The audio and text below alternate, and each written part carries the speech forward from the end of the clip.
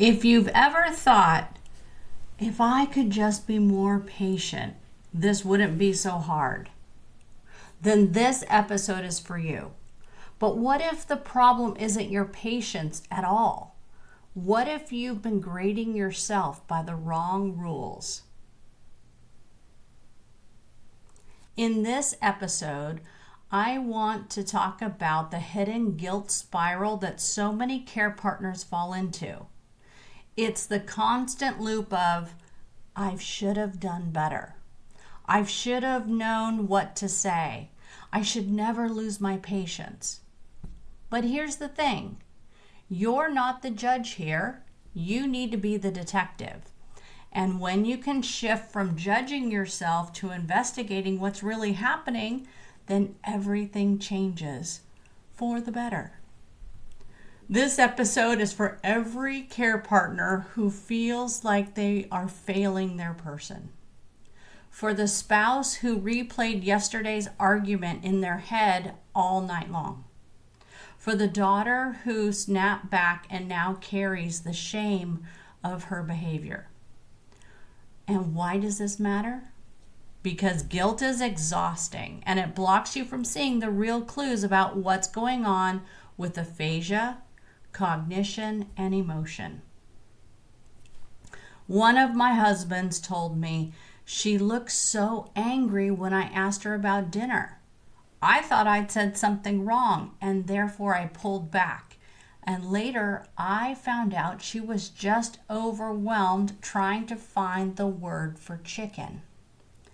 And that moment spiraled into self-blame for him. If I'd been more patient, if I'd known what to say. But it wasn't about patience at all. It was about missing the bigger picture. Let's talk about the guilt spiral.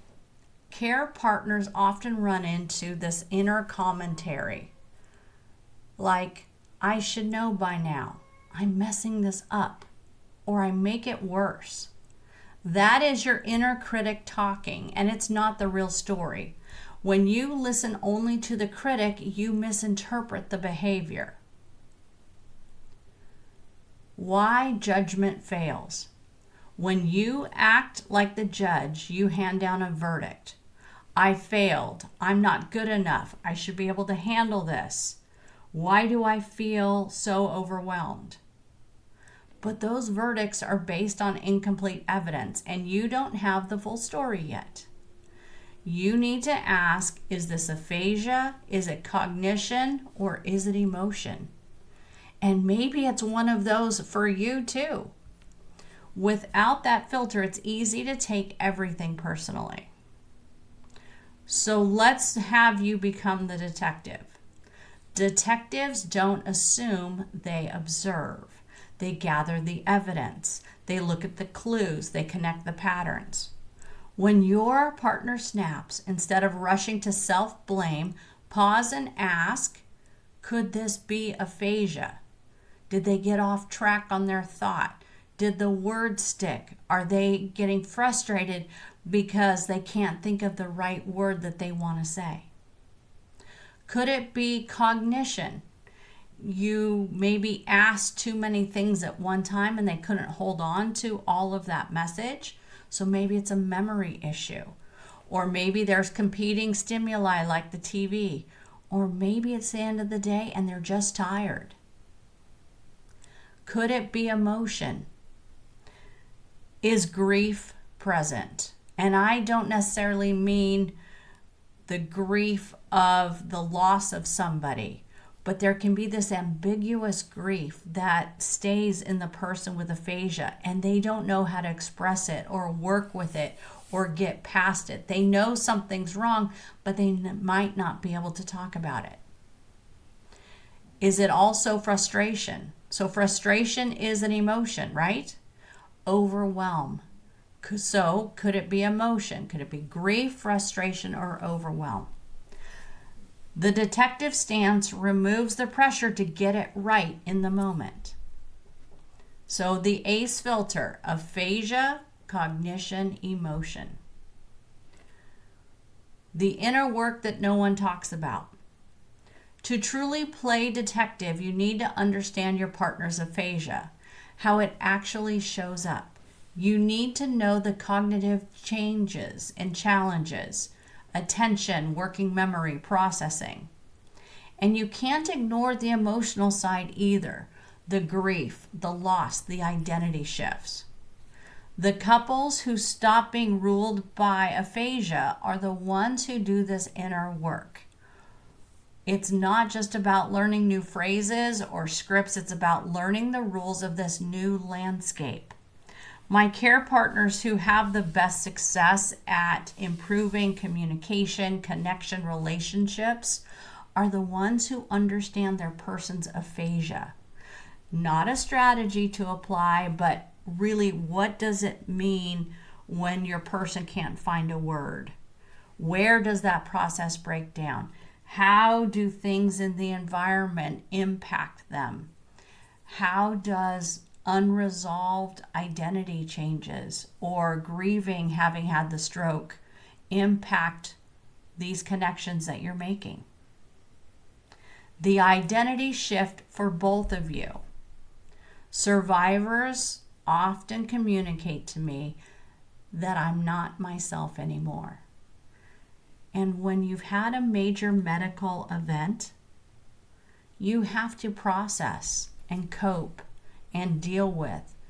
I've had clients do things like not let their spouse in.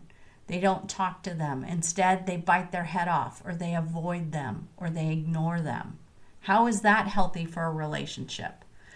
I've had clients feel shame because they had the stroke and they have aphasia. And because of both of these things, it's impacted their quality of life, not only for themselves, but for their partner or their family.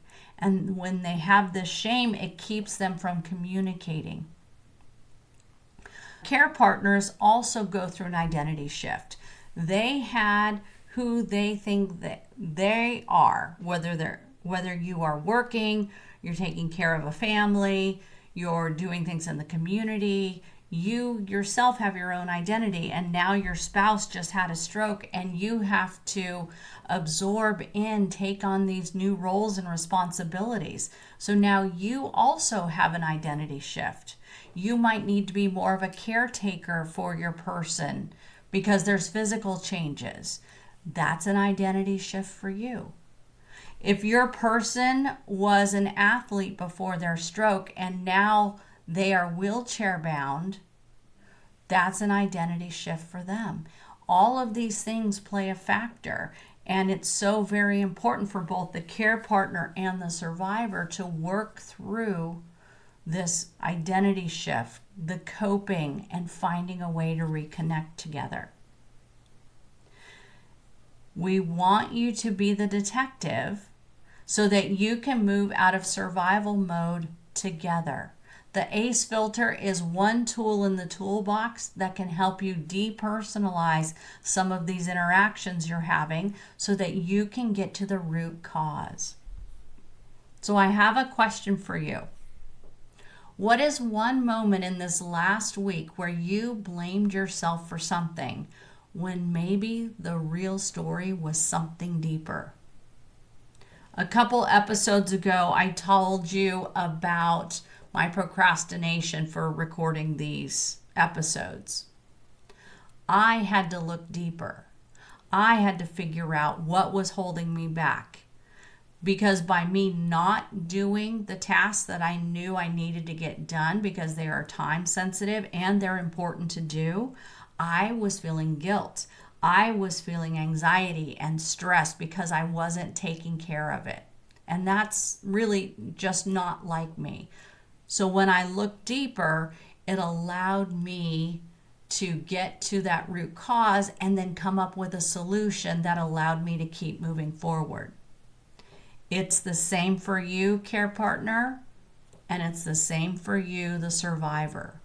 But sometimes it's hard to do this by yourself, and that's why you need to work with someone who gets it, who can help you walk this path and keep moving forward. Because we want to get you to a life beyond aphasia. where aphasia is a characteristic of who you are, but it is not your whole identity. I want you to get to the place where you're not having to think about your communication. I want you to get back some of those automatic functions. I want you to be able to integrate strategies in so that when you go to your favorite coffee house, you confidently order the drink and receive the one that you wanted. How does that sound? Wouldn't it be nice to get to a life beyond aphasia? When you stop being the judge and start being the detective, your story can shift. Guilt becomes clarity. Shame becomes understanding, and disconnection turns back into connection.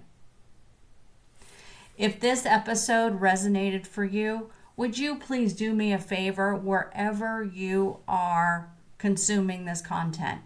Can you like, subscribe, share, give me a 5-star rating? And if I can help you personally, please reach out to me through one of the links in the summary or send me an email directly. All of these links are available to you now. And if you're a care partner and you want to see where you are in your caregiving journey, meaning what are your strengths and where can you use more help, we have a care partner compass. It's digital. You click on a link, you answer some questions, and you visually get to see where you are.